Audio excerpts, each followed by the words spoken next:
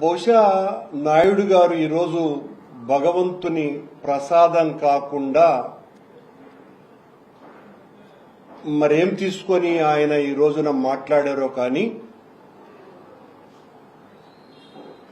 చరిత్రలో ఇప్పటి వరకు ఏ టీటీడీ అధ్యక్షుడు ఈ రకంగా ఇంత దిగజారి మాట్లాడిన సందర్భం లేనే లేదు.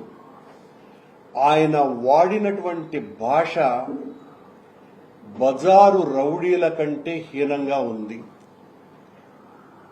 టీటీడీ పాలక మండలి అధ్యక్షునిగా 100 కోట్ల మందికి పైగా ఉన్న హిందువులు గౌరవించేటువంటి సంస్థకి అతి ముఖ్యుడుగా ఉన్నటువంటి వ్యక్తి మాట్లాడటానికి భిన్నంగా తన స్థాయి ఇది, నేను రోడ్డు సైడుకు సంబంధించినటువంటి వాడునే అన్నట్టుగా ఆయన మాట్లాడడమే కాకుండా ఆయన మాటల్లో ధ్వనించినటువంటివి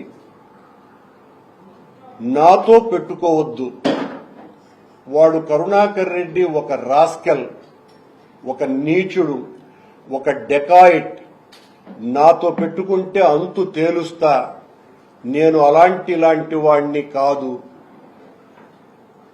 అని రౌడీలు మాట్లాడేటువంటి మాటలు స్వామివారి ప్రథమ భక్తుడుగా ఆయన మాట్లాడడం జరిగింది. నేను గతంలో గోవులకు సంబంధించి జరిగిన తప్పిదాన్ని ఎత్తి చూపినప్పుడు ఆయన దానిని సమర్థించుకోవటానికి కరుణాకర్ రెడ్డి అనేవాడు ఒక మనిషే కాదు, వాడు మనుషులకే పుట్టలేదు, మనిషి జన్మకే అనర్హుడు అనే అప్పుడు కూడా అభ్యంతరకరమైనటువంటి మాటలు మాట్లాడారు. నేను ఆ రోజు కూడా ఆయనను ఈ వ్యక్తిగతంగా ఏ రకంగానూ కూడా నేను దూషించి మాట్లాడలా. నేను టీటీడీ అధ్యక్షుడిగా ఉన్నప్పుడు రాజకీయ ప్రసంగాలు చేసినటువంటి సందర్భం కూడా లేదు. ఈ రోజున ఆయన మాట్లాడినటువంటి మాటలు మా నాయకుడు, మాకు అత్యంత ప్రీతిపాత్రుడు, కోట్లాది మంది తెలుగు వాళ్లకు ఎంతో ముఖ్యమైన ఆరాధ్యనీయ నాయకుడైనటువంటి జగన్మోహన్ రెడ్డి గారి మీద, వారి శ్రీమతి భారతి గారి మీద కూడా చాలా దూషణ పర్వాలు ఆయన చేయటం జరిగింది. బిఆర్ నాయుడు గారు తను టీటీడీ అధ్యక్షుడిగా మాట్లాడినారా లేకపోతే బజారు రౌడీగా మాట్లాడినారో నాకు అర్థం కావటం లేదు. బహుశా ఆయన ఏమన్నా రాజీనామా చేసి నా అసలు స్వరూపం ఇది అని ఆయన ప్రసంగం ఏమన్నా సాగించినారేమో. బహుశా ఆయన రాజీనామా ఇంకా బయటికి రాలేదు కాబట్టి టీటీడీ చైర్మన్లు అయితే అలాంటి భాష మాట్లాడేటువంటి అవకాశం లేదు. ఆయన తన ప్రసంగంలో చాలా రకాలైనటువంటి మాటలు, మేము ఈ డెకాయిట్లలో మా మీద అనేక రకాలైనటువంటి ఆరోపణలు చేసి వీడికి 2 సార్లు ఇచ్చినారు టీటీడీ అధ్యక్ష పదవి, వీడు మొత్తం అంతా కొండలంతా కబళించేసినాడు. నాయుడు గారు, మీ ప్రభుత్వం వచ్చి దాదాపు 1 సంవత్సరం 3 నెలలు పైగా అయింది. మీరు అంతకు ముందు ఆరోపణలు చేసినారు, ఇప్పుడు ఆరోపణలు చేస్తూనే కాలం గడుపుతున్నారు. నేను గౌరవనీయులైన మీకు ఒక ఛాలెంజ్ విసురుతున్నా. మీరు నా మీద ఏదైతే ఆరోపణలు చేశారో ఆ ఆరోపణలన్నింటి మీద సిబిఐ చేత ఎంక్వైరీ చేయించి నా మీద దోషిగా నిలబట్టి శిక్ష వేయవలసిందిగా నేనే కోరుతున్నా, అది నిజమైనప్పుడు. లేకుండా ఊరుకూరికనే అన్ని ఆధారాలు నాకుండాయని కాసేపు అంటావు, ఆ తర్వాత ఆధారాలు లేకుండా జాగ్రత్త పడినారని అంటావు. నీ ఇష్టం వచ్చినట్టుగా మాట్లాడి ఈ రకమైనటువంటి గూండాలాగా ప్రవర్తిస్తే సమాధానం ఏం చెప్పినా, నేను నా అంతటి వాడే లేడు, నేను దేనికైనా తెగిస్తా, నీ అంతు చూస్తాను అంటే నాయుడు గారికి నేను చెప్తున్నా, మీలాంటి వాడితో పోరాడటం అంటే నాకు చాలా ఇష్టం.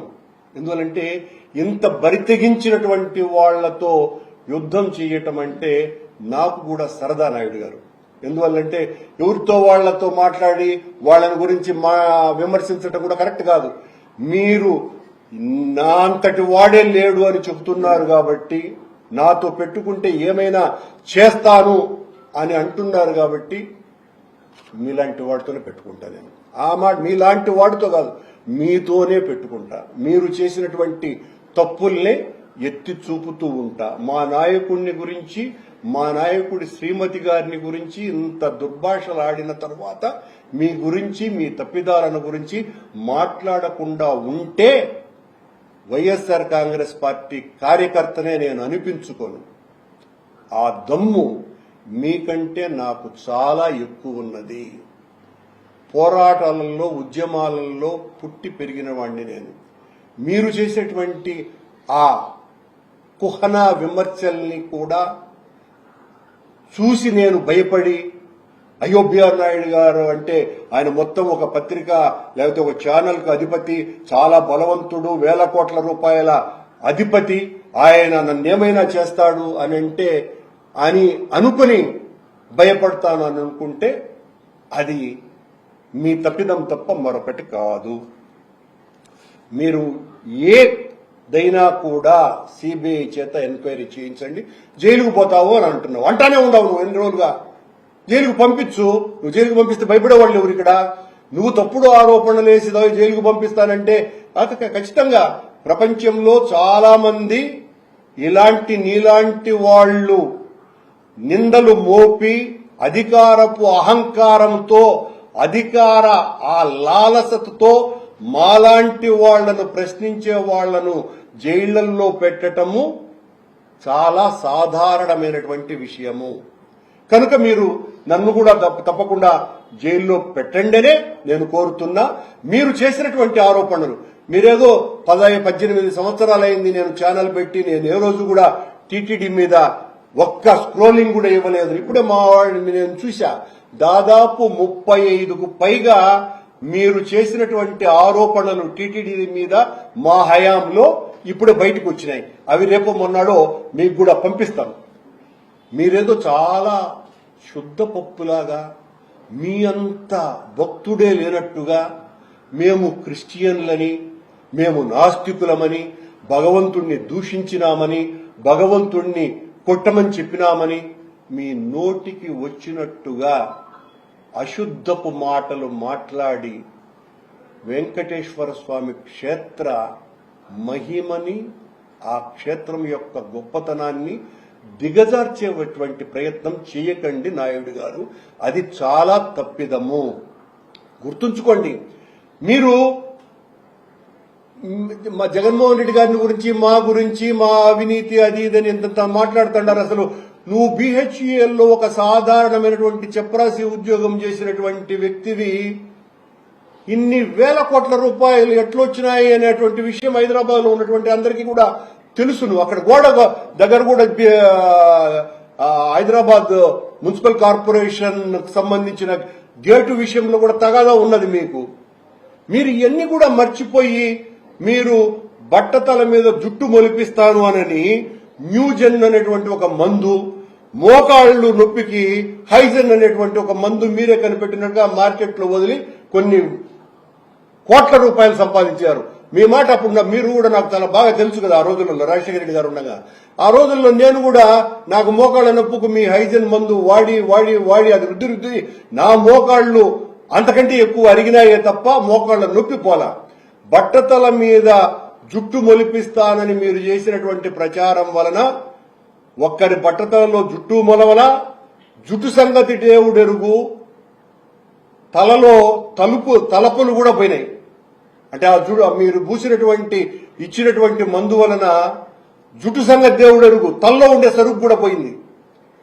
ఇన్ని ఆరోపణలు ఉన్నటువంటి వాళ్ళు మీరు మా మీద మీ ఇష్టం వచ్చినట్టుగా మీ పాలనలో అన్నప్రసాదాలు పూర్తిగా ఇస్తున్నారంట. నాయుడు గారు క్యూ లైన్లలో అన్నప్రసాదాల కార్యక్రమాన్ని మొదలు పెట్టిందే నేను టీటీడీ చైర్మన్ గా ఉన్నప్పుడు అన్నటువంటి విషయాన్ని గుర్తు చేస్తున్నా.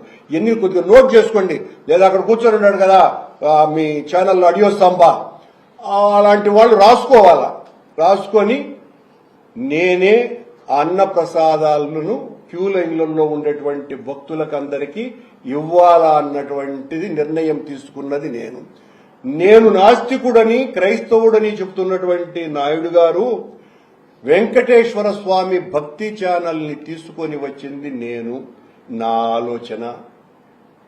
శ్రీవారి కళ్యాణాలను ఈ రోజున ప్రపంచవ్యాప్తంగా జరుపుతున్నారు అంటే ఆ శ్రీవారి కళ్యాణాల ఆలోచన నాది. స్వామివారు భగవంతుడు ధనికుడికి, పేదవాడికి, అగ్రవర్ణాల వాడికి, దళితుడికి అందరికీ కూడా సమానంగానే ఆయన భక్తి ఉంటుంది కనుక దళితులకు భగవంతుణ్ణి దూరం చెయ్యకూడదునని దళిత గోవిందం అన్న కార్యక్రమాన్ని ప్రవేశపెట్టింది నేను. ఇది క్రైస్తవ ప్రచారమా నాయుడు గారు? ఇప్పుడు నేను చెప్పినటువన్నీ కూడా అలాగే సాధారణమైనటువంటి కుటుంబీకులకందరికీ కూడా భగవంతుని పాదాల చెంత ఉంచి పూజలు చేయించినటువంటి మంగళసూత్రాలు అందించి 36,000 కళ్యాణాలు జరిపించింది నా హయాంలోనే రాజశేఖర రెడ్డి గారి పుణ్యం వలన. ఇది కూడా అన్యమత ప్రచారమేనా నాయుడు గారు?